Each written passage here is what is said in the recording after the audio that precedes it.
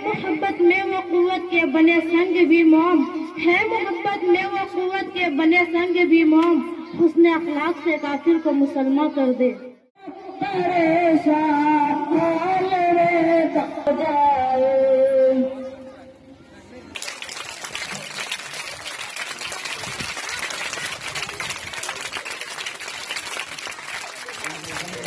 इतना बड़ा सम्मान और प्यार इलाके वालों की तरफ से देखकर मैं अपनी खुशी का इजहार लफ्जों में नहीं बयां कर सकता।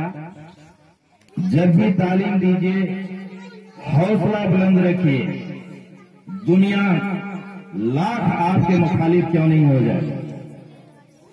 आपके अंदर अगर हौसला हो और आप अगर इल्म से मोहब्बत करेंगे तो बखुदा मैं कहता हूं कि आपके उस इल्म के शम्मा को कोई हवा नहीं बुझा सकती, कोई हवा नहीं बुझा सकती। जिसने हिदायत